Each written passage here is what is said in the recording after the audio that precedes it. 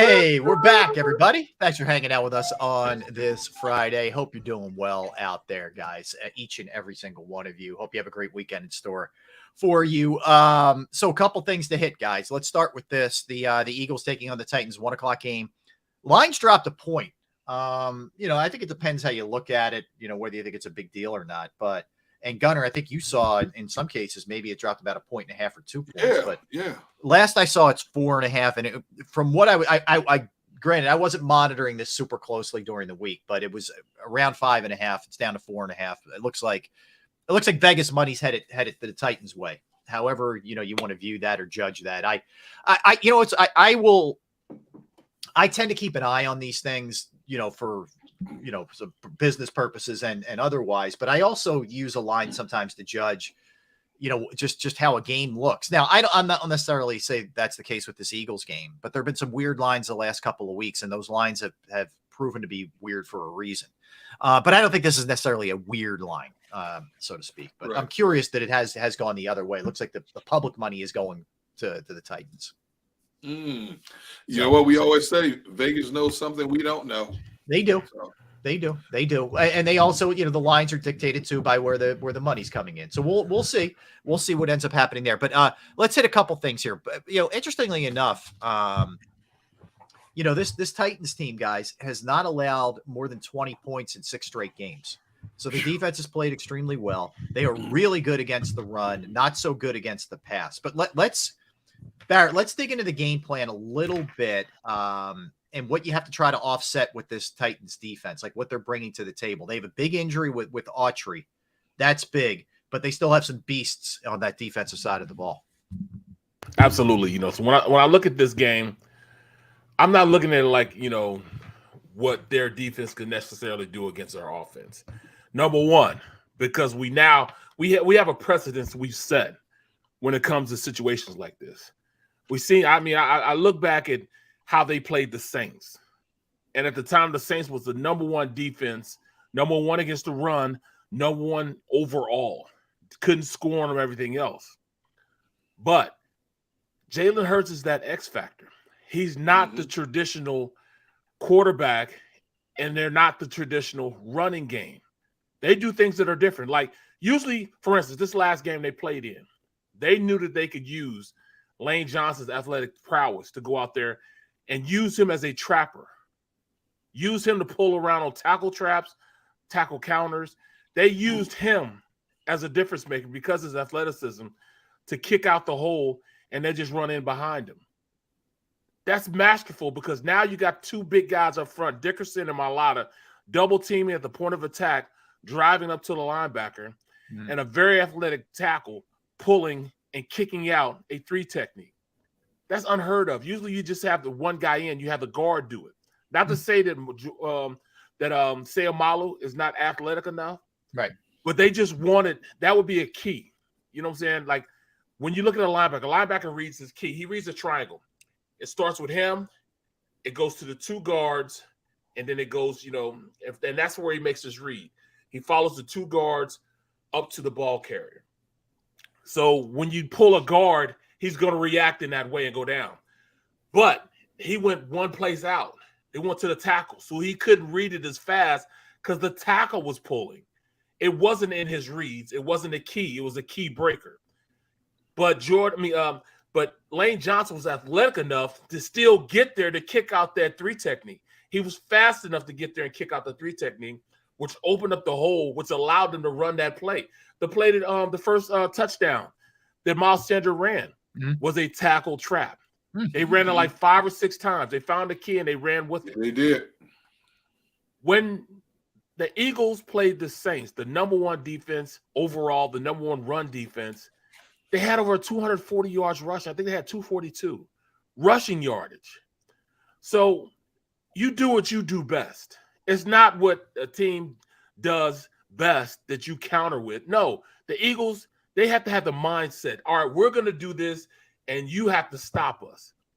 And I think I know that's what Shane Steichen is going to go into this game with. That was one of the things I was going to ask you guys about. As I mentioned, the Titans come in not good against the pass. We know the Eagles, what they do best is run. And that's the age-old question. Do you just say, man, this is what we do, stop us? Or do you say, hey, you know what? AJ and Devontae and the way Jalen's throwing the ball, I know we can take advantage. What's the approach here? Is it strength? Just, hey, you better stop us, or how do you go about it here? You got to stop us. That's what it is. We're going to do what we're going to do. You adjust off what we adjust. We set the tempo. We set the style of play that we want to, because they're going to just want to play physical. They're going to want, that's a mindset that this team is coached under. That's what, Mike Vrabel is. He was a tough defensive linebacker. He was a guy that, he wasn't really a great athlete, but he did things the hard way. Even at Ohio State, he was that guy. He was just somebody that was going to outwork everybody, out-physical everybody. And that's the way his team is. He's a direct reflection of his team. He is a guy that's going to play physical ball. Hence, even their offense, the offensive side of the ball, run heavy, physical type of offense. But defensively, we got some guys in there that can play, man. I mean, Tart isn't as good as the other guy. Tart is, but he's a big guy that should be lined up right over Kelce. Head up on Kelce. We're gonna have Jeffrey Simmons head up over Kelce. They're gonna try to take advantage of Kelce's size. Try to keep him from coming off the ball. They know where Kelce goes, the ball goes. And if they really believe, I really truly believe that if they take Kelce out the game, they'll win the line of scrimmage. They'll win the trenches if they can take Kelce out the game. So any team that I've seen have a great time against the Eagles offensive line have rendered Kelce and used his size against him. Yeah. Yep. And Jeffrey Simmons, is the upper echelon type of defensive lineman. He is a Pro Bowl guy. Like I said, he's built differently. He's built almost like a woman. He got big hips, you know what I'm saying? Wait a minute, man. Why you say that, dude? Why would you say that? Watch film, look at him. You can't say that, man. Why not? He's built. I mean, he's got big hips. He got a big core. He's got a strong lower body. Yeah, strong lower body. Thank you, Rob. We're not talking about hockey though. That's hockey terms. That's hockey terms. Yep. I'm just saying, man. I got you.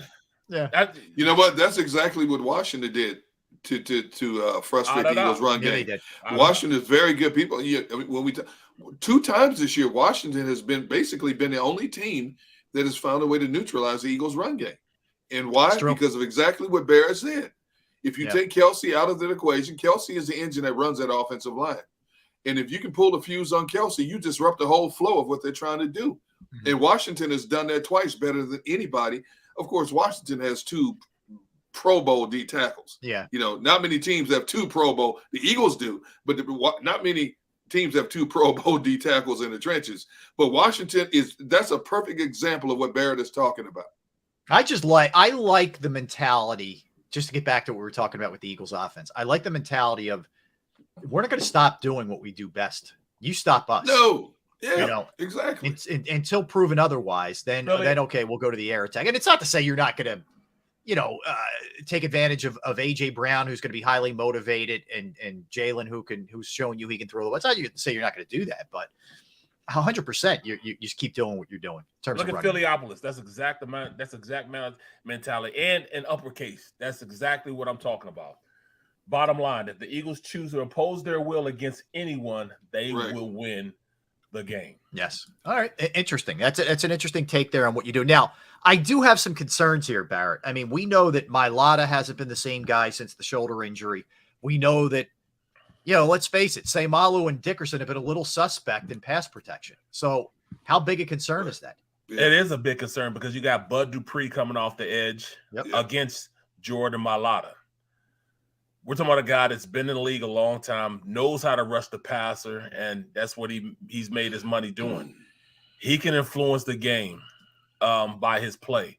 So we may have to slide the line. We may have to give him a little help, And when he plays aggressively, when he gets out and jumps guys, there's nobody in the world that can stop Jordan Mailata if he goes out and play that aggressive nature. Perfect example. Remember how when when Jason Peters just, almost jump the snap count, get out there and jump on a guy real quick. Yep. That's all Jordan has to do, because when he puts them hands on you, there's nothing you can do about it. But if you notice, Jordan has been setting back and waiting for contact to get to him. He's not that type of guy. He wasn't taught that type of pass set. He should initiate contact, jump guys, get on them, start the fight early. You know what I'm saying? If I was him, that's what I would do. Bud Dupree can rush the passer and get around you. You know what I'm saying? So he can't open that gate up. It's imperative that he doesn't open the gate up. But how do you counter that? You run the ball, hit him in the mouth. Now you got 380 pounds of Jordan Mailata putting his hands and drive blocking a little bitty defensive end. Let me look it up. They say he's a linebacker. He's a defensive end. I mean, he's not dropping or anything like that. Well, he's 6'4". Well, he's 6'4", 270. Mm-hmm. So, man, I truly believe that the only way that he can make a difference in this game is if we get down, because now you're going to force him to pass block, and we don't want that. Yeah. Yeah. Look, I Gunner, I don't know. I mean, I think that we know Jordan Mailata is capable of better. We know Sayamalo can be better. Dickerson, I need to see more from Dickerson before I'm sure in terms of. I don't know what's going on with Dickerson, because it wasn't this bad last year. No, he looks like he's going to take a little bit of a step back. Yeah, his run blocking is excellent. Yeah. They maul people in the run blocking, but except for Lane Johnson, the pass blocking is a big question mark with the other four guys in there. And even Kelsey, as good as he is in run and dictating the run, he gets beat. Okay, and I'm thinking, what's going on with the pass blocking? Lane Johnson's the only one, still hasn't given up a sack yet. Right. But the other four, from right guard to left tackle, is like, it's not just a job; it's been an adventure when it comes to that. They've had teams have had some success going against Sayamalo and Dickerson. Yes. In pass rushing situations, and that's been a problem. That's definitely been a problem. Do I see it being a problem in this game? Well, whoever Simmons lines up against will have their hands full. They cannot open the gate. They cannot direct. We must run the ball so we can use play action. That way, right. We don't use it. It's not necessarily the run action to stop. The rush. Coming off the ball. It's not necessarily they're trying to fool them with the run. When you run play action, it's more so to have the offensive line think more aggressively. They get guys and they're almost coming off the ball running. And when you do that, it makes that D-line start rushing again. That quarter of a second is enough to, have a successful pass rush there. I mean, a successful block to keep them from pass rushing. Just that little hint that, all right, they may be trying to run will give you enough time to get on your block and stabilize your block and lock them down. Plus, it also keeps extra blockers in, because now you're going to keep a tight end and you're going to keep a running back in on this play action, which is a solid protection. So they're using it's a twofold effect. Number one, it tries to disguise that they're throwing the ball. It's almost like it shows they're running. But it also puts a more stouter protection because guys are more aggressive, and you leave more guys in trying to protect on the pass. Interesting. Good thoughts, man. Good thoughts there on that. Way to go, B. Brooks. Appreciate it, man. Thank you. Good work. So when we come back, we're going to dip into the rest of the schedule. We'll look at W's and L's for the rest of the way for the Eagles, and we'll do the entire division too, and look at who they have coming up. And we'll get into the job that, Sirianni and Steichen are doing in general, but in particular as it pertains to Jalen Hurts and his development. We will dip into that, and certainly we'll talk some Jonathan Gannon. We'll get the people going with that. We will do all of those kind of things. The Ganwagon is going to have a big game this week, Gunner. We'll dive into week 13 of the NFL. We'll talk about last night's game and whether or not the Patriots are cooked. We'll do all those kind of things when we come back. Don't go anywhere. We are Sports Take, Jacob Sports YouTube Network, Derek Barrett, Rob. All right, let's talk a little Pro Action Restoration.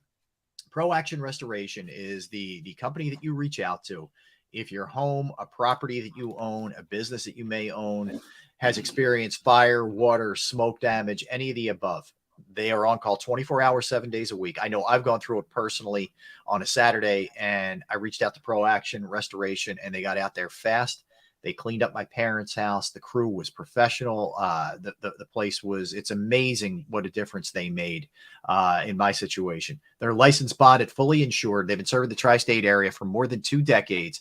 Pro Action will work in conjunction with your insurance company as well. So it could be water, could be fire, could be smoke, could be mold remediation. You name it, they can handle it. Give them a call, 610-623-3760, 610-623-3760, or online at proactionrestoration.com. That's proactionrestoration.com.